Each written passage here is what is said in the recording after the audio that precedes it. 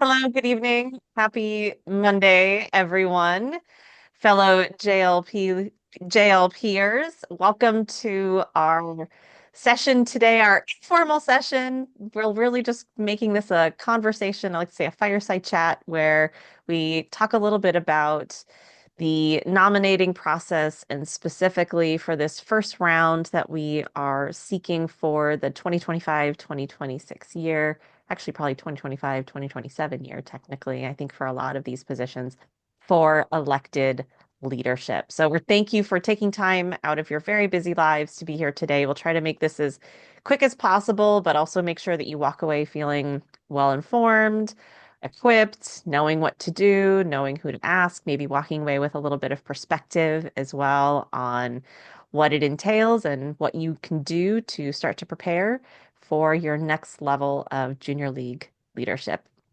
So as Shelly said, we are recording this, and both for two reasons. Number one, so that way you can go back and look at it, but also for anybody who wasn't here today, hello for those of you watching later, who weren't able to join today, you'll have this available. But also know that throughout the session today and after, please, we encourage you to reach out to us with any questions as you ponder the next stage of what's next for you with JLP.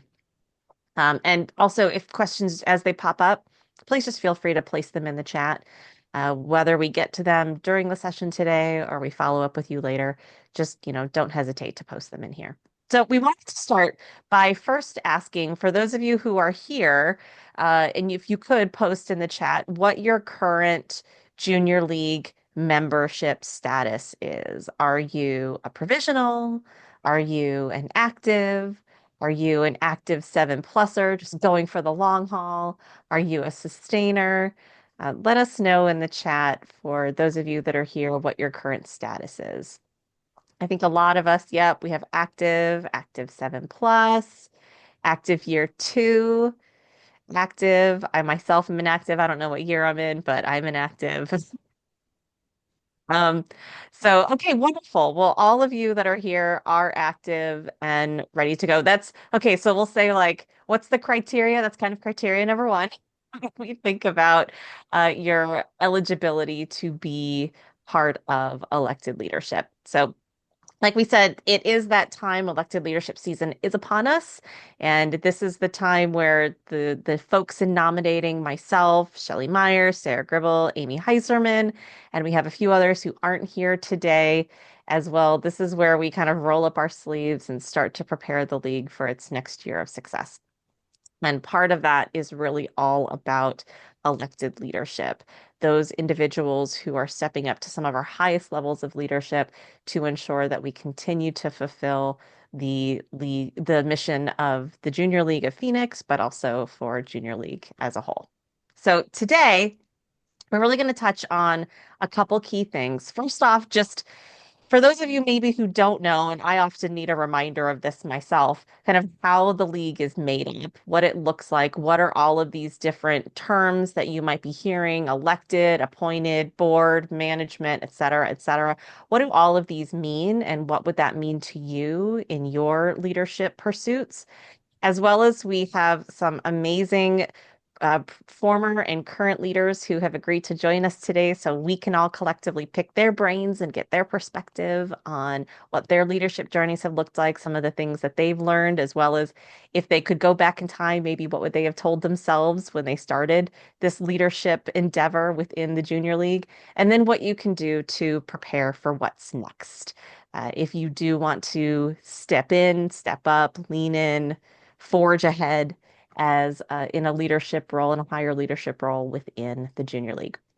But first and foremost, how the heck is the Junior League of Phoenix structured? Well, our structure at a very high level looks like this, but don't worry, we'll get into it in a lot more detail in a moment. So we have, first and foremost, we have our board of directors and then our management team. We have teams and their respective committees. We have committee leadership, which many of you are either currently or have formerly sat in some of those roles. And then we have the committee members. So, Shelley, I'm going to start with you and have you take it away and talk a little bit about the board of directors. Yeah, absolutely. Thank you, Amy. With many organizations, there is a certain level of hierarchy that is established for governance. And with the Junior League of Phoenix and similar leagues throughout the United States and internationally, we start as our top leadership is with our board of directors. And you can see on the chart right here who is in those specific positions. And as when you look at the org chart, you'll also see the years that they have committed to serve in those roles. So we have Stephanie Vibach, who is our current president, and she is in that role from this year, 2024, until 2026. So that gives you that idea of the length of time someone would stand into that specific leadership role, but then also what the board of directors hierarchy looks like and the roles that they serve. And so we have Megan with us tonight, who is it will be rolling off as the board of directors secretary. But then all of these pieces serve specific roles. And so you have your director of finance, you have your director at large active members, but then you also have that director at large sustainer who serves almost as a liaison between the sustainers and the board of directors, can be that voice for the sustainers. Not that all membership can't reach out and communicate to the board, but you have those specific people that serve those roles. And then, of course, we have um, Ashley Schufeld, who is our current executive vice president, our EVP. Does that give you a little bit of an idea of that hierarchy? And that is our board of directors. Yep. So everything when it comes to kind of setting policy and the strategic plan, right? Those different pieces, those are all worked on and overseen and executed by the board of directors. But we'll have Megan who will speak a little bit more about that probably in a little. So thanks, Shelley. All right. Sarah, talk to us a little bit about the management team. Yeah, so as you see here, management team oversees our day-to-day operations and the performance of each of the committees. So they, as you can tell, so Ashley Schufeld's the top of the management team in there. She's Renee and Kate both reporting up to her. And then below that, we have the various vice presidents with their times and their years they're serving on the management team, all rolling up so they can report back to Ashley on the committee's progress in their initiatives. All right, awesome.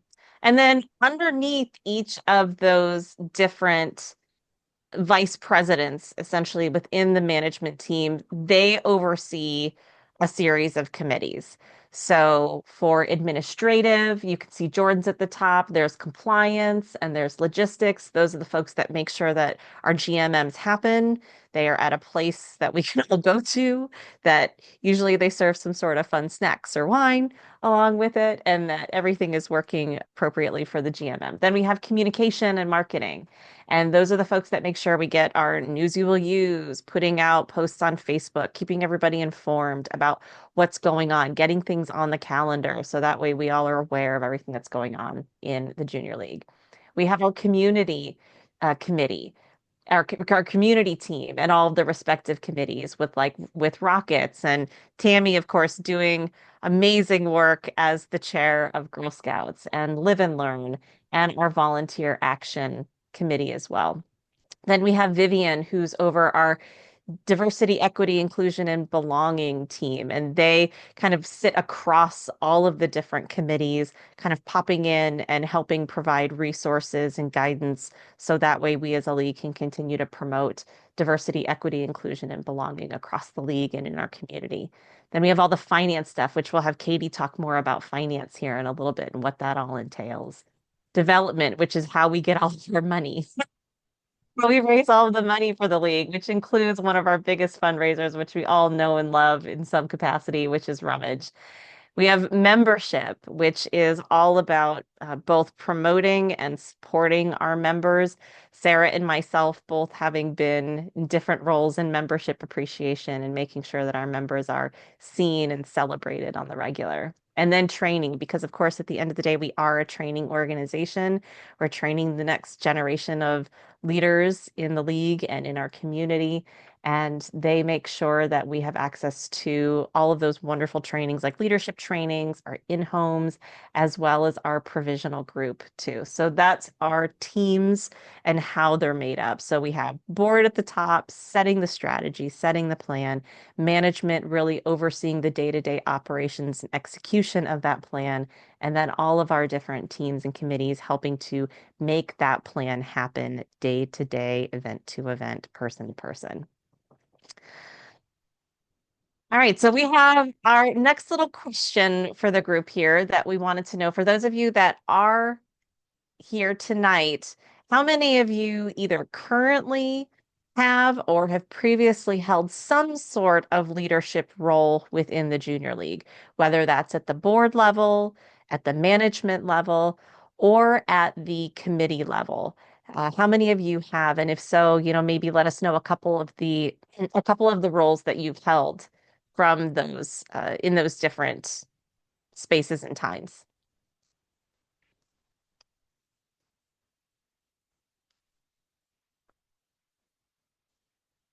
I know Amy was just recently, she was just recently our parliamentarian. She had a massive binder she walked around with on the regular. Shelly did nominating, yep, was vice president of communications and marketing. I was a pseudo leader with placement committee. And I know Sarah, you were, is it vice chair? Vice chair of member appreciation? Yep, I was a vice chair, chair, and then an active advisor, and now I'm nominating. Okay. Oh, yep, you put it in there. Oh, and also an active advisor. That's incredible. And then Megan's worn many hats, fund development, special events chair, which is now rolled up as part of fund development, board of director secretary, nominating committee. So for those of you who are newer in this realm, and Tammy, I haven't seen you post, but I'm going to call you out as well. I know Tammy is also the chair of Girl Scouts. Um, but for those of you who are here today, make note of the folks in the chat who've noted the different positions that they've held because they might be great resources that you can also reach out to if you have questions maybe about a particular role that is of interest to you or you want to find a little bit more about what's going on with it. This is a great resource, a great group of people here who've worn a lot of different hats. But one thing that I know when I first started that was a little confusing to me was understanding the difference between the different types of leadership, right? We hear about these different terms. We hear elected leadership, appointed leadership, there's just general placement. Like, what do all of these different things mean? So, Shelley, can you maybe give us your 2 cents on how you would define the two different types of leadership that we have within the Junior League and what those different stages or phases look like? Yeah, absolutely. I'll start on to the right section with the appointed leadership. And that for a lot of people, I would say historically, when we have thought about the levels of leadership in the league, that we would often, if somebody was interested in moving within the hierarchy of leadership within a league, they might start with appointed leadership because those are your committees and vice chair positions if committee chair and vice chair positions. Not all committees have vice chair positions, but some do. And that's a lot of times where somebody might first apply for some type of leadership role. That I don't think that is necessarily true anymore. We've made some changes in terms of eligibility for leadership positions. But sometimes those people are maybe, I'm going to say, a little bit more boots on the ground kind of Hmm. work. And then here I'm going to say another thing in the trenches. I'm not sure why I'm saying that. We're all in the trenches, but they are doing a lot of the committee work. They are working with, they might have their own set of committee members that they're working with and trying to complete whatever tasks have been assigned to them, say from management team or the board of directors or whatever the role is that they're doing. But you do have to apply for appointed leadership, and those positions are reviewed and a slight interview process with that. But again, that's you do have to do an application where you state the reasons why you want to be on that. And then management team is the one that looks at those applications and makes those decisions on where somebody fits within the appointed leadership. And then elected leadership is in essence on the hierarchy a little level up, I guess I'll say, in terms of a little bit closer to overall league leadership.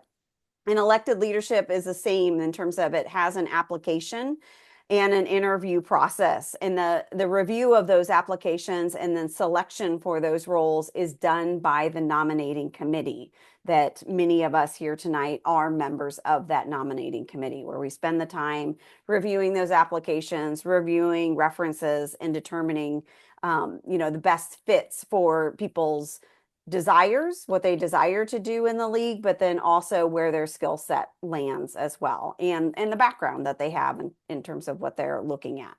And those positions are all placed on a voting slate and then are presented to the JLP members at a GMM. So the both levels of leadership have that application and interview process and reference check. It's just a little bit different in terms of who makes those nominating selections. And again, there is, with elected leadership, there is that voting slate that is presented to the members at the GMM, which you don't have with appointed leadership. Awesome. And if you have any questions as we start to go through this, please, please, please, please post them in the chat. And like I said, if you don't think of it now and you think of it laying in bed tonight at 10:30, as you're settling in, you can also reach out to us as well. We'll have our contact information at the end. But as we go through this, if you do have any questions, please don't hesitate to post them. And Amy, really, yeah, when Stephanie, our president, Stephanie Vbach, has joined us. So just to know that, we can ask her questions as well later. So. Wonderful. Oh, here we go. We have a great slate of panelists here today to help answer any of those questions. Wonderful. Okay. So today's session is really focused on this first stage of, I'll say, leadership recruiting and outreach that we're focusing on, which is elected leadership. And as Shelley so greatly explained, elected leadership is primarily handled by the nominating committee, though ultimately at the end, you as members collectively, you have the final decision to make and voting on the individuals that we present, through this process. But the only way nominating can really work is by having people who are interested, who apply to these positions. We don't just randomly pick people, go, you come on in. We really are looking for those who are interested to be a part of the leadership within the league. And then from that, as Shelley mentioned, we have kind of an interview and reference check process to make sure that this is the right role for you. And if not, we may suggest other ones along the way as well. But we really just wanted today to touch on, what it is nominating does. I know sometimes it can feel a little elusive, kind of like, Ozymandias, like the man behind the curtain and what's happening here. But really, when it comes to nominating, we want to be as transparent as possible about what we do and how we do it, and also help you understand, what options and opportunities are available to you, because we don't want it to feel like it's an exclusive club that you have to know somebody in order to get in nominating. You get on the slate for voting at any given time. Or really, it's open to anyone who meets some eligibility requirements, but it's open to anyone in the league who wants to step up and lead. So, Sarah, I know one of the things that we've all talked about when it comes to leadership and what it is we choose to do, or to what extent we get involved in the league, really kind of comes back to why we joined the league in the first place. You want to talk a little bit about that? Yeah, so I think it's really important to step back and assess your why. Like, why did you join the league? What do you want out of this experience? I know a lot of people have joined to, do community service or meet new people, but what else do you want to get out of it? What are your goals? Are you trying to get some leadership experience for job. Just try to think about why you're here and what skills you want to gain and how can Junior League help you? And you can help Junior League, vice versa. So I think that's a really important thing to just to step back and assess and see where you want to go. Yeah, absolutely. Because, you know, regardless of the reason why you decided to become part of this organization, right? I know, and we're going to talk to some of our leaders here in just a moment, but sometimes what you went in for and what you walked away with are sometimes different things, but you go in and you recognize that there's maybe more than you thought you could do or you thought that you were capable of. And a lot of that is attributed to some of the leadership positions that people have assumed over the years and thinking about, personally, professionally, what some of your goals are, and maybe what leadership roles within the league might help set you up for greater success to bring those skills out beyond the league and into your communities and into your job. So Also without for important, yeah. Amy, Oh, go sorry to ahead, interrupt. Amy. I think it's also important to remember that the league is kind of a safe place to explore new things that you haven't done before. For a skill that you want to build on, it can be intimidating in a professional setting like your job to put yourself out there for something that you haven't done before, right? Because there could be some real life consequences for that. But in the league, everybody is so supportive and it's such a great learning opportunity. That's what we are here for as a training organization. So it's a really great avenue for going for something different where you're like, I've always really had an interest in that and I've never done it before. So don't feel limited to what your current skill set is when looking at positions that you might want to apply for, feel free to go beyond your comfort zone. Yeah, I think that's a great point. And Amy, I think even though your picture's not going to be up on the next slide, I think that you'll be a great individual to speak on probably one of our more elusive roles, which is bylaws. People are like, what exactly is that role? What's that entail? Some of the other ones are a little bit more straightforward. So I'd love to hear some of your perspective on that in a minute when we start having our panelist chat here, because I think that one is one that people go, okay, sure. Uh-huh. And maybe some of the things you gained. All right, so without further ado, enough about us talking about all the reasons why you should apply for some of these positions and send your applications over to nominating. We wanted to take these, this next probably 10, 15 minutes or so, just talking with some current and former JLP leaders just to get their perspective and have them share a little bit of their stories, their why, but also, maybe some of the things that they gained from it to maybe plant a seed with you and give you, we always like to say sometimes the league, it's a little tap on the shoulder, this, that it's a role that you didn't think that you could do or that you think you were capable of, or that maybe even was of interest to you. But as you heard from other people and started to talk about their journey, you're like, you know what, that is something I might want to pursue. So I want to welcome our panelists, and I'm going to stop sharing here in a minute. But I want to welcome Megan Watton, who is our Board of Directors Secretary. She is coming off her second year term this coming year. We have Shelly Myers, who is our former Vice President of Communications and Marketing. We have Katie Hopeful, who is a current member of the nominating committee, but also our former treasurer, and our current president, Ms. Stephanie B. Bach, who's worn many hats over the years in the league, as well as Amy Heiserman, who we can lean on all of you. So thank you all for being here and for being willing to kind of share your perspectives on what you've learned and what you've gained in the league. So I'm going to stop sharing so that way we can actually see your faces and not see the panel. So I wanted to kick it off, and Stephanie, I'll start with you. Um, so tell us a little bit about your original JLP, why you decided to join the Junior League, and maybe how that original the original intention maybe shifted or changed to where you are today.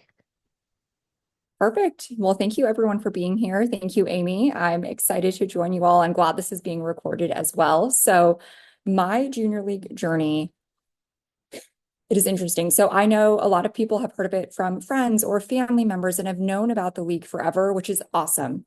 I love that the league has that standing and people come across it many ways. Unfortunately, I had never heard of the league my entire life. I had no connections to it until a friend of mine from college, she posted something on social media about Junior League of San Diego. Fast forward, fell into a Google wormhole and discovered a Junior League of Phoenix and figured I'd give it a shot. The reason the timing worked out well was that I was probably roughly 3 or 4 years into my career at the time. And so had things a little bit figured out. So had some extra time again and had friends who had moved away post college and was at a point where I wanted to refine myself. Who am I? What am I about right now? And the mission and what I saw online of Junior League seemed to make sense to me. And so committed to it, jumped into leadership pretty early on. I had the time and liked to be involved in things. And that why has really stayed the mission alignment of what we're about and what we're doing. But the beautiful thing is it's just evolved over time. As I've learned more about the league and I've tried out different positions, it's just made me feel even more connected. My world has become so much smaller. I'll go to, unrelated Junior League events and I'll see people that I know have a better idea of the community and have gained a plethora of skills that I'm so thankful for. So hopefully that kind of answered the question.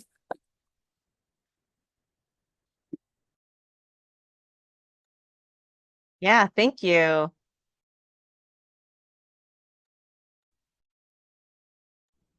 All right. Amy, do you want me to go ahead and pass the baton? Okay, Megan, I'm going to call on you and just give us maybe a little bit of your history, because we know you have served in a couple of different roles, and then a little bit more information about what your current role looks like. Okay. Since that will be one that's considered eligible, for applications. Yeah, definitely. So I started in Albuquerque, at the Junior League of Albuquerque in 2008. And I started because I wanted to get more involved in the community. And so right away, they run their league a little bit different. I don't know how it is currently, but back then it was a rolling enrollment. So like I remember starting like in March of my for junior league. So it was a random time, and right away they put me into a leadership role. Like it's definitely a lot smaller than here in Phoenix, but I started with chairing the Martinez Town Egg Hunt. I remember. So it was more of a community, fun charity event for one of our local partners. And then I went into the next year co-chairing our golf dirt tournament. And that was like our big fundraiser. So that was a lot of fun. So I think right there, I mean, we had a blast and we raised money, and it was great to see all the members, come together. And so I think that was where my love of like fundraising and all that came from, because then 2010, I transferred to Phoenix, and at that point for me, it was more, I need to meet people. So I joined, to meet new friends and network, because I was completely new to, to the area. Since then, gosh, I've been in several leadership roles. I was going back through my timeline and I forgot I was even like the public relations chair at one point. I'm like, oh, I forgot I did communications. And that was when the year that actually Touch a Truck started. And we went around, I remember Kelly Kay and I went around to all the different media outlets, and we made these cute little like trucks filled with goodies. And, we were just trying to get the word out about this new event that was coming. And so anyway, so I was the public relations chair. Then I went into special events and pretty much never left the fundraising world for the most part, but special events vice chair, then went on to the management team as the fund development manager, which I helped oversee all of our other fundraisers. And then I was like, all right, it's time to take a little bit of a step back, and I wanted something different. And so nominating came, and it was a really awesome experience, something I wasn't sure how it was going to be, but it was nice to be on it, from a different perspective and being able to help, learn the ins and outs of how the leadership world worked and be able, to help choose our next leaders. And then from there, I decided what's next, the board. So this is my second term. Like, you guys said. I'm secretary right now, and it's been awesome. Again, I think Shelly nailed it with, management team and other positions. You're really like in the trenches day to day. You're in you're doing all of it. And so I'm used to being, just doing things and getting it done and making it happen, where the board, you're kind of taking a step back and more, strategic thinking, kind of seeing the bigger picture, being able to work closely with, AJLI and their initiatives and seeing what's coming. So to be able to see the why behind why, we're making the decisions we're making as a league and doing those things. So it's been a fun experience to be able to work with, Stephanie and Amy last year, and, the rest of the board, being able to, from that perspective. Great, thank you. So I have a question regarding being on the board as the secretary. So do you feel like, I mean, you take care of documentation, right, of what's happening at the meetings, and then so when we have any changes in said documents, do you handle quite a bit of that? Is that part of your role?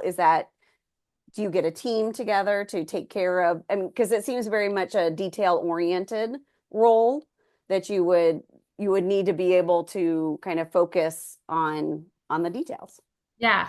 So the majority of my role is really when it comes to our board meetings, making sure that I'm working with all members of what we're going to be talking about during that meeting, so coming up with the agenda, while we're at the meeting, taking minutes and notes, when we have a vote, making sure I'm capturing, who did the first motion, who seconded it, did the vote pass, did it not? If there's if like you said, Shelley, if there are any changes with wording that we might have in our policies and stuff, making sure we're capturing all of that. But I am not the one that actually goes into like the universal policies and updates any of that. So we'll talk about that more in a minute with Stephanie and Amy, but I mostly just, help run the actual board of director meetings along with Stephanie, making sure we're getting that information to our board members, agenda wise, minutes wise, and any, reminders of meetings coming up, things that we need to take care of, that type of thing. Okay, great. Thank you. Thank you.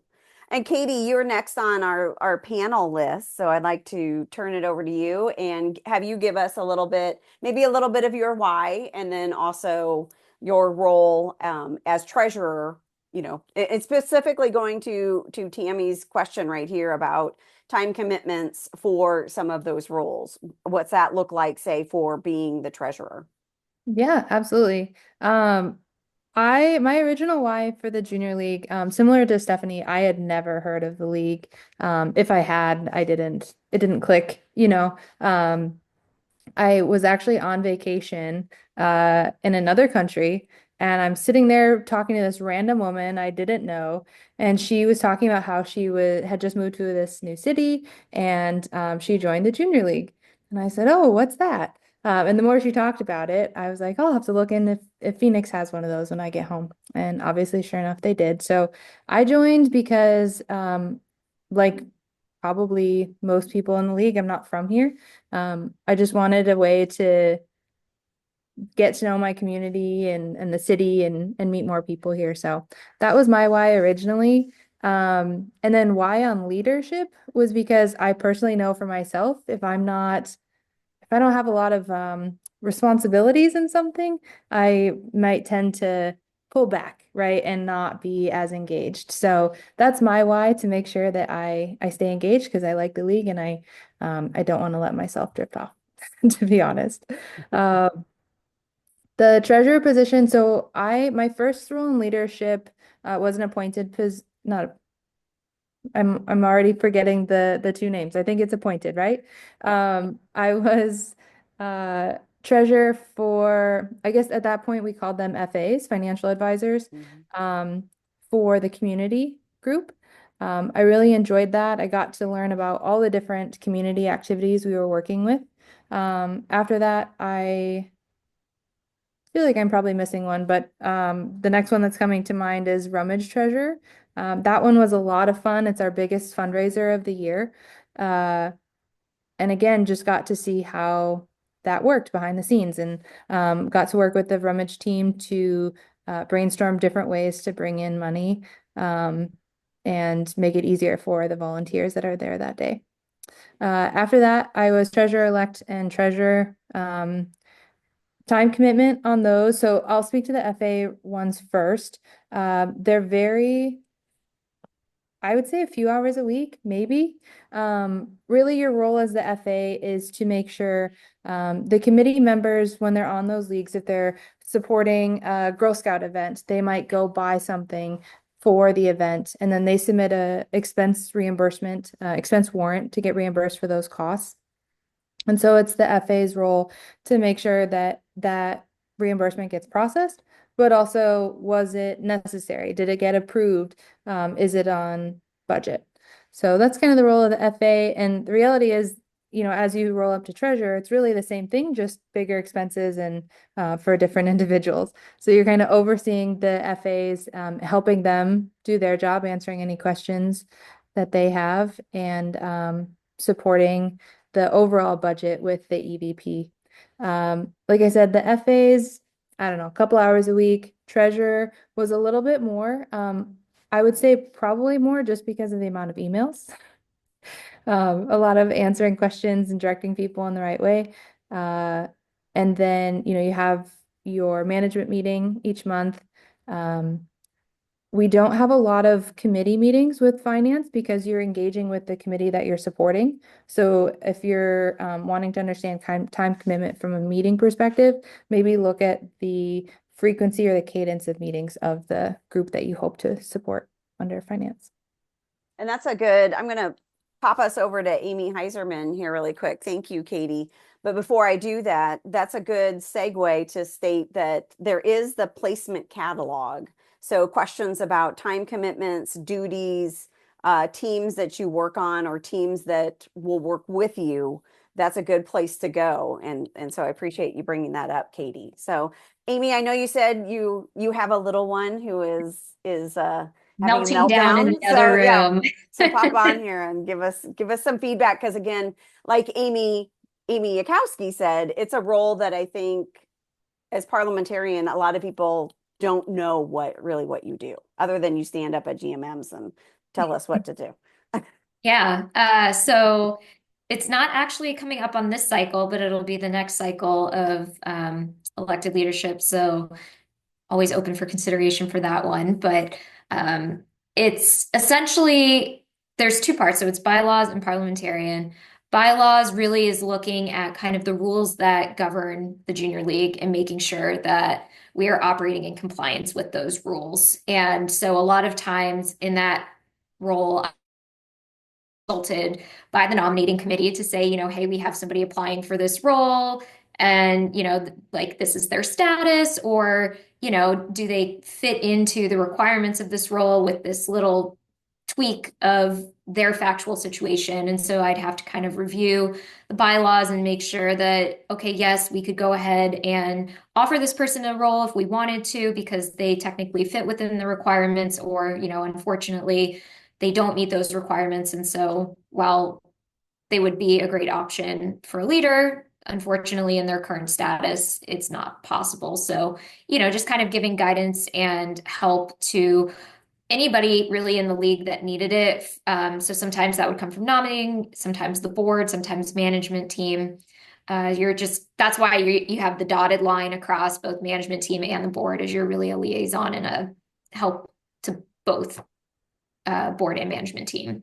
And then in terms of parliamentarian, that's really when we're running the voting meetings. So that also involves making sure adequate notice is given in compliance with the bylaws, and making sure that the meeting runs smoothly for the vote. So we typically try to follow Robert's Rules of Order, although I discovered in my role that that's not technically mandated under our bylaws, which was really helpful for actually keeping us more efficient in the way that we were running those votes. So, kind of using that opportunity to make sure that the way that we're structured and the things that we're doing are actually correct and efficient, and finding opportunities to make it more efficient was one of my goals. Because I know when I was sitting through voting meetings, it was cringeworthy for me. So I was like, how can we try and make this process better? And then it was a little bit of trial and error. So when I first took over the role, we were doing electronic voting, and there was a lot of back end stuff that made it really complicated to get a timely result from the votes. And so I made the decision in connection with discussions from the board of, hey, what do we think about going back to a paper vote? I know it's not environmentally friendly, but from an efficiency and accuracy standpoint, it's much easier for me. And luckily, everybody was very supportive of that. You don't need a law degree or that type of legal background to be in the role. Really, I think the skills that are important are just attention to detail and critical thinking. So as long as you can do both of those things, I think you can be a good fit for the role. It was actually complicated being a lawyer to be in that position because you're sort of giving legal advice without being the lawyer for the league. So I would constantly have a caveat before I said anything in the board meetings, which was, I'm saying this as the bylaws parliamentarian, not an attorney that represents the Junior League of Phoenix. So certainly not a requirement. I know several bylaws parliamentarian roles have been filled by lawyers in the past, but there have also been people in that role that are not lawyers, and they've done equally as well. Awesome. Thank you. Thank you, Amy. Appreciate that. Yeah. And sorry to have to pop out, but That's okay. That's okay. And Tammy, I'm glad you asked that question because that was a question I had too. Hey, Shelly, I had a question. I know you were a VP of Comms and Marketing. Yeah. So just can you tell us a bit about what that role does and kind of the time frame that comes with being the vice president of that? Yeah, absolutely. So I served when I joined the League of Phoenix. I had been a member of the league in Kansas City, Missouri, because there's Kansas City, Kansas as well. It's the whole thing. And I was on the Kansas City, Missouri side of the Junior League International. Anyway, so when I came to Phoenix, I joined specifically because I, like many of you, wanted to meet people. I was new here and worked with transfers. And then really what happened was I was at now I don't even remember what it was, it was some type of professional development conference event that the league put on, and Jenny Elser tapped me on the shoulder and said, hey, I got a vice chair position in communications and marketing, and I really think you should be a part of it. And I worked as a special education teacher at the time, and I thought, okay, and I'd done some of that stuff when I was a class sponsor, a junior class sponsor. We would do some promotion for prom, etc. And so I had that kind of interest. And so I was like, okay, sure. Somebody thinks I'm good I can do something. I will step up for that. And from there, I served as vice chair, and then filled in just for 1 year as the VP of communications and marketing. I did not do a 2-year stint. I filled in somebody's last year there.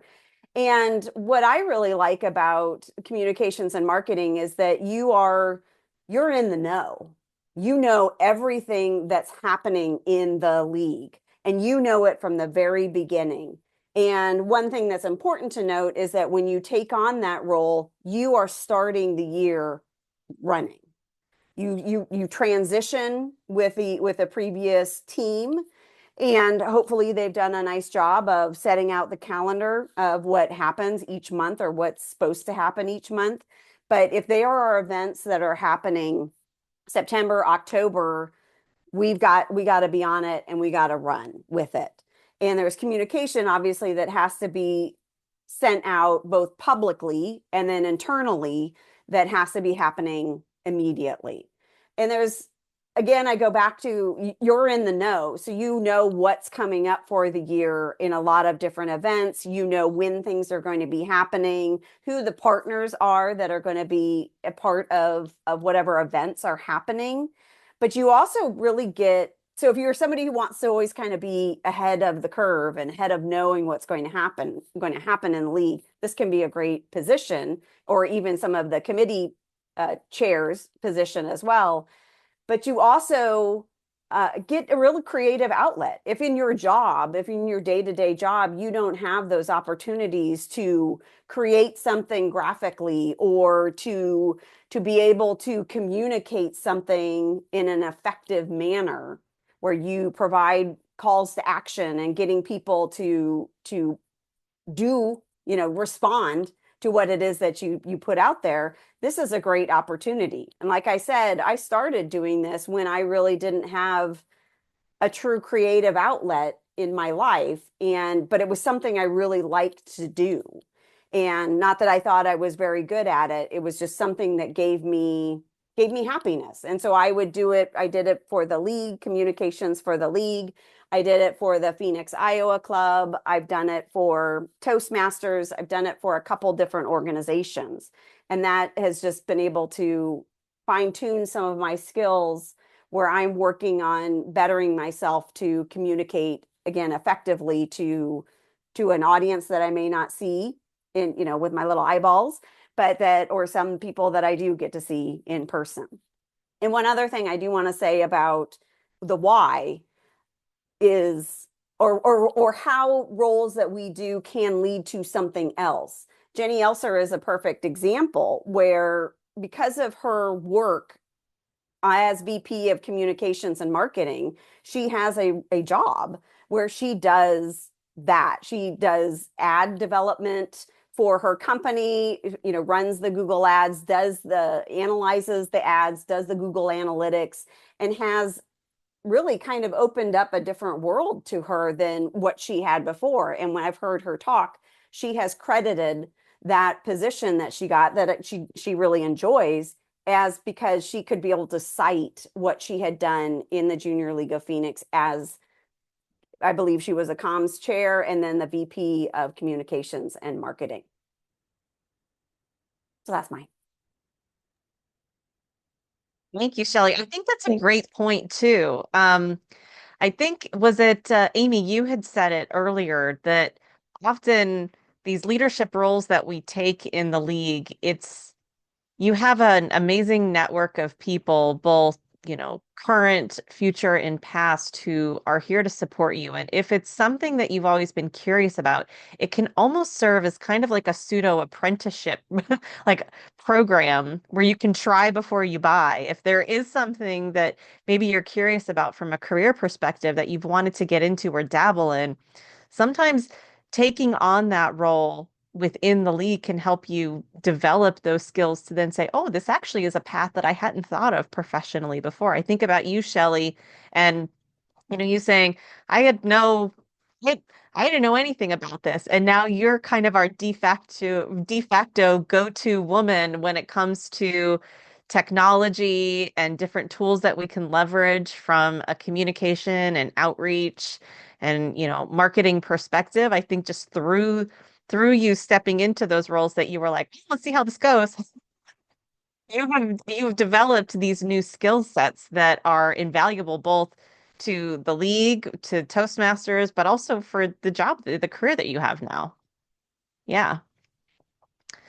All right. Any other final thoughts? Anything anyone else would like to add as a final thought here from our panel, to kind of sell it to the cheap seats a little bit as far as elected leadership and some of the things that you've gotten out of it, Stephanie? Yeah. Um, I guess, well, it's sell it. I don't know, but just wait till the end. I think it will. Um, These positions are definitely, board and management team are year-round positions, because in the ideal world, we are transitioning May and June. So we can really start the league year off well. So that way that means there's a lot of kind of back end, behind the scenes teamwork happening June, July, especially, so we can hit the ground running. If we wait until September with the GMM, then we can't put our chairs and our members in a good spot. So there definitely is a year-round component. The nice thing about that, though, is you feel connected to the league all year, and it balances out your workload. Right, by chunk, summer's a little bit quieter, so I can get a lot of the planning done for the board, get a lot of the reporting structure, things like that. I can get that knocked out and out of the way on my own time. So it is helpful to think of it as a year-long commitment and 2 years long, instead of just like, oh my gosh, I only have September to April to get something done. That's not the way it works. So that is helpful. You will learn a lot, and we have a lot of resources, but AJLI has a lot of resources for us too. They want us to be successful. We have a league success manager that we can reach out to with questions. I am in their resource library I was in there for an hour doing research and pulling documents today. So almost everything you could think of, they have some type of resource or template in there as well. So there are a lot of places to go. You don't have to know everything. You don't have to figure things out on your own, regardless of what role you're in. And upside, you get to learn a lot and you can leverage that however you'd like. Can I Thank you. add on to that Yeah, really quick? go ahead. One thing I was thinking about, sometimes when we take on these roles that have, says president or vice president or chair, we want to talk ourselves out of it thinking that we're not capable of doing that, or it sounds so overwhelming. And I'm somebody who sometimes gets in the weeds a little bit and gets overwhelmed with tasks. And what I've tried to work on a lot, and I think is helpful when you think of these roles, is that yeah, there's a lot of tasks that are associated with it. There's a ton of commitment. There's a lot of commitments. I shouldn't say a ton. There's a lot of commitments that are in that.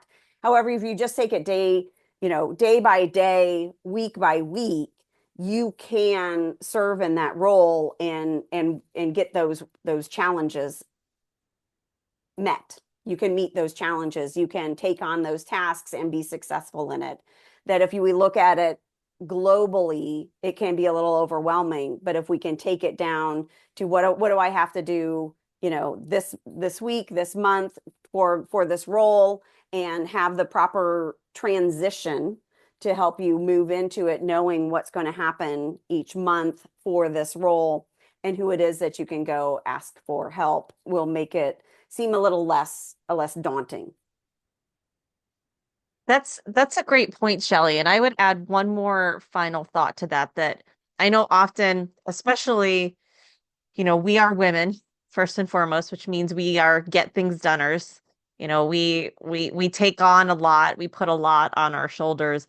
And I think especially when it comes to these elected leadership positions, we can tend to think, oh my gosh, I have to oversee, or I have to do everything related to my team, right? Or related to the role. But the truth is that within any given team, you have multiple people who you are working with and are in support of you. You are in essence their leader. You're not Atlas with the world on your shoulders. If you are a vice president of communications and marketing, you are not solely creating all of the marketing. You have a whole team of people around you that you are helping collaborate with and provide guidance to help them be able to execute on that work. It's a lot, I would say, of directional delegation and support as opposed to you doing all of that work day in and day out. So I think that's worth calling out, because I think we tend to just go to all the things that have to be done. But the truth is that you're serving in this elevated role where you're meant to help provide direction, guidance, and support while also doing certain components to it, certain tasks to it. But they're much more strategically driven than, tactically necessitating. Tammy, you asked, what's the transition or training process when one person is offboarding and another assumes the role? I'll open it up to those of you who have been in these roles and what that looks like typically. I can take that one if you want. Yeah. So it's typically the outgoing person who is going to do the training for you. So that's why, like Stephanie was alluding to, we do this process, we start it so early on so that you get to overlap a little bit with the outgoing, leader. There also should be something what Junior League calls a timeline. It's less a timeline and more just a document with all the information that you'll need about the role. So it may say, like, for example, as when I was Rummage Treasurer, yes, we all know Rummage was, President's Day every February. But in November, I needed to reach out to the security officer and make sure that he was lined up. In December, I needed to do some task. And so that sort of documentation that we kind of keep, and it's a living document. So when you get in that role and you find, well, actually, that doesn't work so well anymore, you update that document so then the next person knows that information. Yeah, thank you. That's a great point. And thank you, Stephanie, too, for also adding a little bit of color there because yes, you're not just thrown in the deep end and you're like, good luck. Don't follow me. And It's also, that transition. Yeah, Megan. no, I was going to say, so besides, yeah, having that document and, it's always a great time to catch up with, people. I used to go to happy hour and we'd have our meetings, have a fun meeting, catch up and go over, this document and talk through what that would look like for, the next year. But then also in the beginning of the new junior league year, so around August or so, there will be a new leader training as well. So that's something that we've been putting on. So again, you're not being thrown in the trenches. It's, what to expect, expectations of a leader, what we're looking for. And again, it gives you a chance to meet all the other leaders. So again, you have another person to reach out to. We're all working and doing this together. So there's that as well. Yeah. And Stephanie, you mentioned a good point too, that there has been, I would say, over the last few years, a really intentional effort to I think better consolidate the information and the information sharing and having those dedicated email addresses. So that way, if you're stepping into, say, a VP of communication role, you're going to have access to all the communications that happened prior because it's you're assuming that email. It's not going to you, Leanne. It's going to VP comms at, JLP.org. So that way you have that historical reference and those shared drives that I know they've been working on a lot to try to create for that information sharing. All right. Well, we are almost at our time, so I wanted to just wrap this up by first off thanking all of you, all of our amazing leaders for coming in and willing to share some of your perspective, your insights, your lessons learned, and some of your best practices, as well as answering the questions. And the questions that you all have asked have been so awesome. So just as a quick FYI, these are the positions that we are currently looking to slate for this upcoming, next junior league year, the 2025 to 2026 or 27. Some of them are 2-year commitments, some of them are one. If you're unclear, you want to, get clarity on any of them, please don't hesitate to reach out to us. I think, correct me if I'm wrong, but most of the board and vice president roles are 2-year commitments. And then these elects, it's technically a 2-year role, but the first year is you basically shadowing and learning from the person that's currently in that position. So um, even though you're serving in that elect, it's meant to help you have that preparatory period as well. I think they're all 2-year roles then technically, if we round it out. So those are the positions that we are actively looking to get applications and interest for. But with all of this, as you start to think about it and start to ponder, is this for me? Or if you have more questions or you need more information, there's a couple things that you can do to just help prepare for what's next. The first is that like we mentioned, you can go and search for whoever the current leader is in that position, whether you use the org chart or you use the member directory, reach out to them, pick their brain, get their perspective, since they are, to use your term, Shelley, since they're in the trenches doing the work currently, they can give you a little bit of insight into maybe what they would do, continue to do, or maybe what they would do differently the next time. You can also, we posted the link in the chat, you can also review the placement catalog. And that will give you a pretty good idea of what the position is. Although, as Katie did point out, the the the time commitments, just the way the tool is structured, is a little, there are usually all 160 hours plus for an entire year, but usually they try to give a really good information about what the commitment level might look like and what you can expect in that role. Definitely lean on that. And then if you are feeling so bold and you want to give this a shot and throw your hat in the ring for consideration, please, please, please consider applying to one of these positions. I'm also going to post a link to it in the chat here, but we would love to have you apply for any of these positions and uh, consider stepping in and stepping up and maybe gaining some skills that you maybe don't yet have or you'd like to get better at. And maybe you'd like to, again, like we said, kind of try before you buy from a professional perspective. You can lean on the league to help support you with that. Some quick important dates that we have for elected leadership. Applications for leadership, elected leadership specifically, is now through January 9th. So you have plenty of time to reach out to others, to pick their brains, to reach out to us if you have any questions. So that way you can start to get prepared. That link is an application, and there's a little bit more information in the application about how to prepare and what information we might be looking for, as well as eligibility. Then in January, after we close out the applications, we'll be calling all of you for interviews to learn a little bit more about you, your JLP journey, how you see yourself in this role and what you feel might make you the most successful.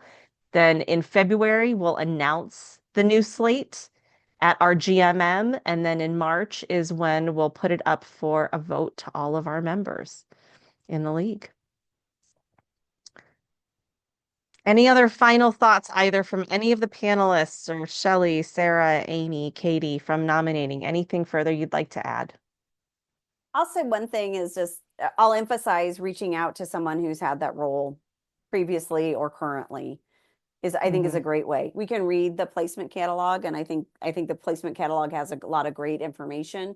I do think having a chat with someone who is in that role gives you a little bit different perspective. And so I'd encourage people to do that. Yeah. I would And encourage, go ahead. if it's okay, Amy, I might Yeah. encourage just putting in an application to have the conversation. I think as women, we often look to see if we check most of the boxes for a role before we apply. I personally am going through that right now in my career. Stephanie, as a recruiter, would probably agree that that's a woman thing more so than men who think, I can do that, so I'm going to apply. Try putting a man's hat on for this. And if you're interested, or even if you just want to be curious about all of them, apply for, check all the boxes. You can absolutely apply for more than one position if you have interest. So yeah, we look forward to receiving all the applications. Thank you, Katie. That is a great point. I think I read a statistic recently that said women will only apply if they tick like somewhere like around 80 or to 90% of the qualifications, but men will do it if it's something like 60. So in this case, channel our inner, I got this. And especially if we think about you, Katie, you said you did not have a financial background and you applied for it specifically to learn about finance. I think Amy, even though she was a lawyer, this Roberts rules and parliamentarian and bylaws and all of those pieces, that was something that was a little bit more of a curiosity to lean into and learn more about. That's not something that she walked in saying, well, because I know this, I can do this. It was, and Shelley, for you with comms, same thing. I think this is an opportunity to try, even if you don't know exactly how to do it. You all are very smart, capable, courageous women. And I know that you can do amazing things, both within the league and then take that outside into your professional lives, your family, your community at large. So, on that note, if you do have any questions, I did put our email here. Please don't hesitate to reach out to us at jlp.nominating@jlp.org. And we look forward to seeing some of your names in our applications coming up here in the next few weeks. Thanks, everyone.